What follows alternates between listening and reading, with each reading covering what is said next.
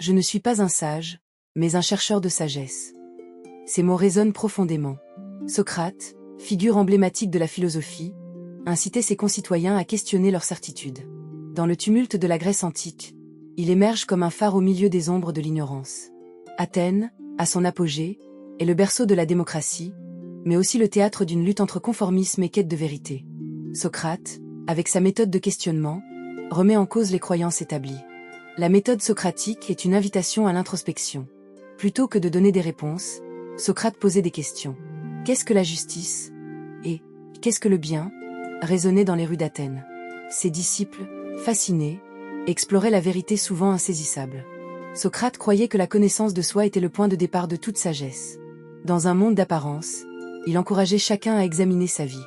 Cette quête de vérité n'est pas sans conséquences. Socrate, défiant les autorités, suscite l'ire des puissants. Les questions qu'il posait étaient perçues comme des menaces. Les Athéniens, admirant son intelligence, craignaient la force de ses idées. La vérité, révélée, a souvent le pouvoir de diviser et d'éradiquer l'autorité. Socrate était conscient des risques qu'il prenait. C'est cet engagement envers la vérité qui le conduit à son procès. Accusé d'impiété et de corruption de la jeunesse, il aurait pu fuir, mais il choisit de faire face à son destin. Dans son dernier discours, il exprime sa conviction que la vie sans examen ne vaut pas la peine d'être vécue.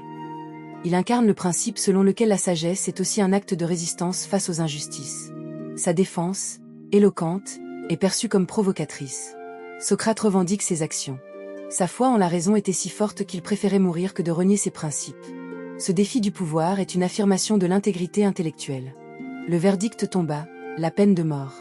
Cette sentence représentait le rejet d'une pensée dérangeante. Même dans ses derniers instants, Socrate ne montre pas de peur.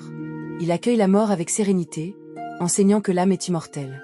Par cette déclaration, il souligne que vivre en accord avec ses convictions transcende le désir de survie. Ce courage devient un témoignage de l'importance de défendre ses idées. L'impact de sa mort fut immédiat. Les mots de Socrate continuèrent de hanter ses contemporains.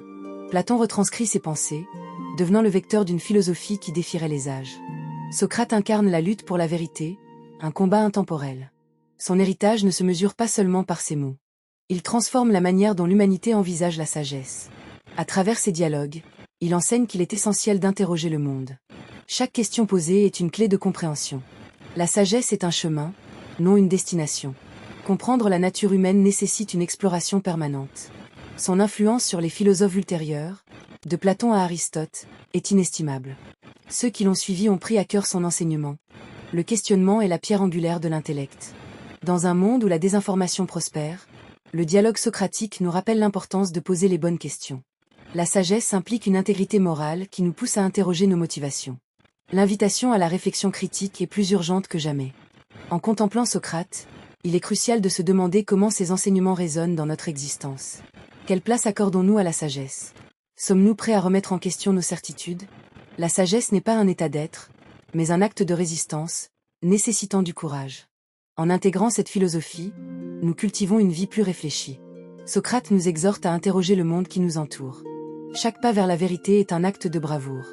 Ainsi, en honorant l'héritage de Socrate, nous ne faisons pas que nous souvenir d'un grand penseur, mais nous embrassons un engagement envers la vérité. Socrate naît vers 470 avant notre ère, à Athènes, une ville où la pensée libre et la démocratie prennent racine, mais où les anciens dieux et les conventions rigidifient encore l'esprit. Dans les ruelles pavées, entre les colonnes des temples majestueux et les marchés animés, un homme se distingue par sa démarche tranquille, sa tunique usée, et son regard acéré. Les Athéniens, fascinés par sa manière unique de converser, se rassemblent autour de lui, curieux d'explorer les profondeurs de leur propre ignorance. Imaginez la scène. La lumière du soleil déclinant jette une lueur dorée sur les visages ébahis de ses interlocuteurs, jeunes et vieux. Socrate, avec sa voix calme mais puissante, pose des questions qui dérangent et éveillent l'esprit. Qui peut vraiment savoir ce qu'est le bien? Demande-t-il, provoquant une onde de réflexion. Les réponses fusent, souvent hésitantes, parfois contradictoires. Mais c'est exactement l'effet qu'il recherche. Chaque réponse, qu'elle soit juste ou erronée, devient l'occasion d'un nouveau questionnement, d'une nouvelle exploration. Dans cette Athènes vibrante, Socrate se distingue non seulement par sa manière de penser, mais aussi par son engagement à vivre selon ses principes. Il rejette les conventions des sophistes, qui cherchent l'excellence oratoire et l'argent, préférant une forme de vérité qui passe par l'examen de soi. Sa déclaration, « Je sais que je ne sais rien », résonne comme un mantra qui défie l'arrogance intellectuelle. Socrate incarne l'idée que la sagesse commence par la reconnaissance de ses propres limites. Cependant, son audace à remettre en cause les valeurs traditionnelles ne passe pas inaperçue. En 399 avant notre ère, Socrate est traduit en justice. Accusé d'impiété et de corruption de la jeunesse, il se retrouve face au tribunal populaire d'Athènes, composé de 500 juges. L'atmosphère est tendue, emplie d'un mélange d'anticipation et d'hostilité. Les accusateurs, désireux de faire taire celui qui les défie, peignent un tableau sombre de Socrate, le présentant comme un corrupteur, un hérétique. Socrate, pourtant, ne se laisse pas intimider. Dans la salle du tribunal, il s'élève avec une dignité tranquille. « Je ne suis pas ici pour défendre ma vie, mais pour défendre la vérité », déclare-t-il, faisant écho à la conviction qui a guidé son existence. Sa défense, bien qu'éloquente, ne cherche pas à apitoyer, elle vise à éclairer. Il remet en question la morale de ses juges, les invitant à examiner leurs propres motivations. « Quel est le vrai crime ?» interroge-t-il. « M'entendre parler ou vivre sans questionner ?» La tension palpable dans l'air est presque tangible alors que les mots de Socrate résonnent dans l'enceinte du tribunal. Il sait que ses paroles pourraient lui coûter la vie, mais il fait preuve d'une intégrité qui impose le respect. Son regard perçant scrute chacun des jurés, cherchant à éveiller en eux une prise de conscience. Il ne cède pas, même lorsque le verdict tombe, coupable, la peine de mort. Dans ces derniers moments, Socrate reste fidèle à lui-même. La célèbre scène de sa mort, décrite par Platon dans le Phédon, est empreinte d'une sérénité incroyable. Il règne un silence lourd dans la cellule, bercé uniquement par les murmures d'un monde extérieur qu'il quitte. Ses disciples, pleins de désespoir, se rassemblent autour de lui, cherchant des réponses à leurs souffrances. Mais Socrate, au lieu de pleurer sur son sort, les console. Ne craignez pas la mort, mais vivez selon vos principes. Cette dernière leçon, délivrée avec tant de sagesse, insiste sur l'immortalité de l'âme, une idée qui traversera les âges. Il boit le poison avec calme, comme un homme qui a compris que la vie et la mort ne sont que des facettes de l'existence. Sa mort, loin d'être un échec, devient un acte de défiance contre l'ignorance.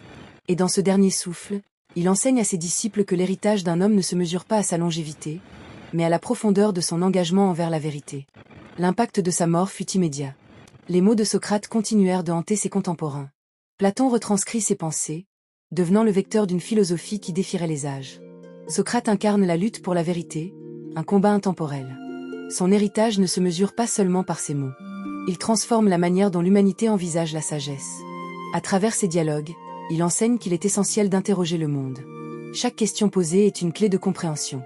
La sagesse est un chemin, non une destination. Comprendre la nature humaine nécessite une exploration permanente. Son influence sur les philosophes ultérieurs, de Platon à Aristote, est inestimable. Ceux qui l'ont suivi ont pris à cœur son enseignement. Le questionnement est la pierre angulaire de l'intellect. Dans un monde où la désinformation prospère, le dialogue socratique nous rappelle l'importance de poser les bonnes questions. La sagesse implique une intégrité morale qui nous pousse à interroger nos motivations. L'invitation à la réflexion critique est plus urgente que jamais.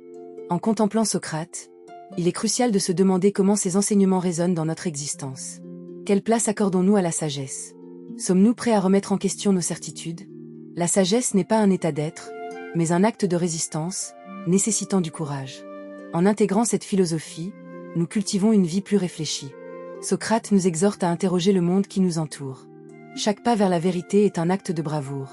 Ainsi, en honorant l'héritage de Socrate, nous ne faisons pas que nous souvenir d'un grand penseur, mais nous embrassons un engagement envers la vérité.